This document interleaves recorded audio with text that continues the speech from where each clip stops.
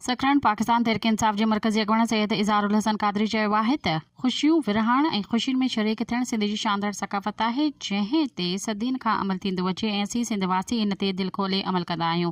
हू सकरन press club में साल 2025 लाइ नवनि चूंडिजी आयल उहिदेदारनि खे कुलनि जा हार पाराए मुबारकबाद ॾियण वक़्तु ॻाल्हाए रहियो हो।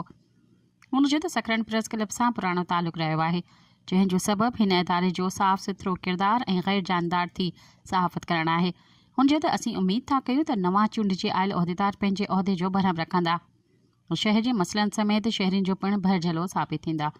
मुबारकू ॾियण वक़्तु PTI अॻुवाण गुल मोहम्मद कीरियो, राहिल शेख ऐं शफ़ीकुर रहमान मंगी पिणु साणुसि गॾु हुआ। उनखां अॻु सकरन प्रेस क्लब जे जनरल सेक्रेटरी ग़ुलाम हैदर सोलंकी खेनि आजियाणो ॾींदे संदसि शुक्रिया अदा कयो।